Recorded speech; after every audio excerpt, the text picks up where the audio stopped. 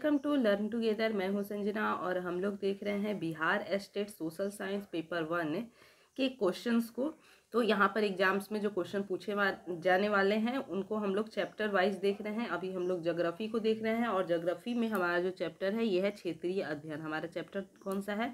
तो ये जो चैप्टर है ये है क्षेत्रीय अध्ययन। तो इस प्रकार से अब हम लोग बिना टाइम गंवाए अपने प्रश्न पर आते हैं। प्रश्न हमारा है, क्षेत्र में जाकर इकट्ठे किए गए आंकड़ों को क्या कहा जाता है? क्षेत्र में जाकर जो इकट्ठे किए गए आंकड़े होते हैं उन्हें प्राथमिक आंकड़ा कहा जाता है। क्या कहा जाता है? प्राथमिक आंकड़ा। Right answer is option B. अगला जो है भूगोल में क्षेत्रीय अध्ययन है। भूगोल में क्षेत्रीय अध्ययन क्या है? तो एक उपागम है। क्या है? एक उपागम है। Right answer is option A. अगला है, निम्नलिखित में से किसका महत्व क्षेत्रीय अध्ययन में सबसे अधिक है? क्षेत्रीय अध्ययन में किसका महत्व जो है वो सबसे अधिक है? तो भूगोल शिक्षक का है। किसका है? भूगोल शिक्षक का। Right answer is option A. Next है, निम्नलिखित में से क्षेत्रीय अध्ययन की दृष्टि से किसका अवलोकन महत्वपूर्ण है? तो क्षेत्रीय अध्ययन की दृष्टि से स्थलाकृति का अध्ययन जो है ये महत्वपूर्ण हो जाता है, इसका अवलोकन। Right answer is option C. अगला है, क्षेत्रीय अध्ययन किस रूप में किया जाना चाहिए? तो क्षेत्रीय अध्ययन जो है ये प्राकृतिक एवं मानवीय पर्यावरण का अवलोकन कर स्थानीय समस्याओं के समाधान के लिए किया जाना चाहिए। Right answer option C. Next है, किस क्षेत्र में भूमिगत जल स्तर के गिरने का क्या कारण हो सकता है? किसी क्षेत्र में भूमिगत जल स्तर के गिरने का क्या कारण हो सकता है? तो यहाँ पर होगा कि वहाँ की जनसंख्या में वृद्धि हो रही होगी, वहाँ नलकूपों की से अधिक जल का निष्कासन हो रहा होगा, वृक्षों की कटाई होना तथा वर्षा का कम होना। तो इस प्रकार से सही जवाब जो होगा ये होगा ऑप्शन डी, उपर्युक्त में से सभी। अगला देखेंगे, क्षेत्र में जाकर स्वयं इकट्ठा किए गए आंकड़ों को क्या कहते हैं? क्षेत्र में जाकर के स्वयं इकट्ठा किया गया जो आंकड़ा होता है उसे क्या कहते हैं? तो उसे प्राथमिक आंकड़ा कहते हैं। Right answer option D. क्षेत्रीय अध्ययन क्या है? तो क्षेत्रीय अध्ययन क्या है? तो यहाँ पर हम लोग देखेंगे कि ये उपागम है।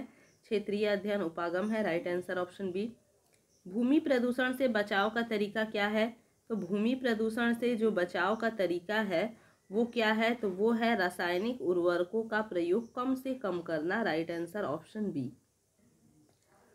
अगला क्या है, जल प्रदूषण का प्रमुख कारण क्या है? तो जल प्रदूषण का प्रमुख कारण अगर देखा जाए तो नहरों के गंदे नालों को नदियों में गिराना, ये भी कारण है, सही है। कारखानों का अपशिष्ट पदार्थ नदी में गिराना, ये भी सही है। शहरों का कूड़ा कचरा नदियों में डालना, ये भी सही है।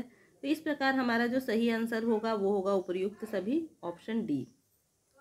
नेक्स्ट है, निम्नलिखित में कौन प्रदूषण का प्रकार नहीं है? कौन सा है जो प्रदूषण का प्रकार नहीं है? तो आकाश जो है वो प्रदूषण का प्रकार नहीं है। ध्वनि प्रदूषण भी होता है, जल प्रदूषण भी होता है, वायु प्रदूषण भी होता है, आकाश प्रदूषण का प्रकार नहीं है। Right answer is option C. अगला है, नलकूपों द्वारा सिंचाई के कारण किस जिले में भूमिगत स्तर में गिरावट आई है? तो किस जिले में भूमिगत स्तर में गिरावट आई है? तो राइट आंसर ऑप्शन डी होगा, ये सभी होगा, यानी कि गया में भी गिरावट आई है, नालंदा में भी आई है और जहानाबाद में भी आई है। Right answer is option D. Next है, मकानों की छतों के वर्षा जल को पाइप द्वारा भूमि से बनी टंकी में जमा करने की तकनीक को क्या कहा जाता है? तो इसे क्या कहा जाता है? तो इसे कहा जाता है वाटर हार्वेस्टिंग। क्या कहा जाता है? Water harvesting. Right answer option B. निम्नलिखित में कौन द्वितीयक आंकड़ों का स्रोत नहीं है? निम्नलिखित में से कौन है जो कि द्वितीयक आंकड़ों का स्रोत नहीं है? तो ये होगा कृषि विभाग है। तो राइट आंसर ऑप्शन बी। अगला देखेंगे, किसी क्षेत्र में कच्चे मकानों की संख्या घट रही हो और पक्के मकानों की संख्या बढ़ रही हो तो आप क्या अनुमान लगाएंगे? तो आप ऐसे में क्या अनुमान लगा सकते हैं? तो ये अनुमान लगाया जाएगा कि लोग संपन्न होते जा रहे हैं। लोग अब क्या होते जा रहे हैं? संपन्न होते जा रहे हैं। Right answer is option D. Next देखेंगे, क्षेत्रीय अध्ययन करते समय भूमि की ढाल का पता कैसे लगाएं? तो भूमि का ढाल का पता कैसे लगाना है? तो नदी प्रवाह की दिशा देखकर। नदी प्रवाह की दिशा देखकर। Right answer is option B. प्रश्नावली क्या है? तो प्रश्नावली की बात करें तो ये वाद विवाद प्रतियोगिता है। Right answer option B. Next है, निम्नलिखित में से किससे पर्यावरण सर्वाधिक प्रदूषित होता है? तो पर्यावरण किससे सर्वाधिक प्रदूषित होता है? वाहन से होता है। Right answer is option A. अगला देखेंगे, निम्नलिखित में से किस स्रोत से सर्वाधिक वायु प्रदूषण होता है।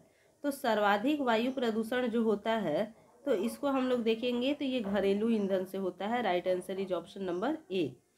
तो इसी प्रकार से हमारे और भी वीडियोस देखने के लिए चैनल के साथ में बने रहें। वीडियो अगर अच्छा लगे तो लाइक शेयर कीजिए और चैनल को सब्सक्राइब जरूर कीजिए। धन्यवाद।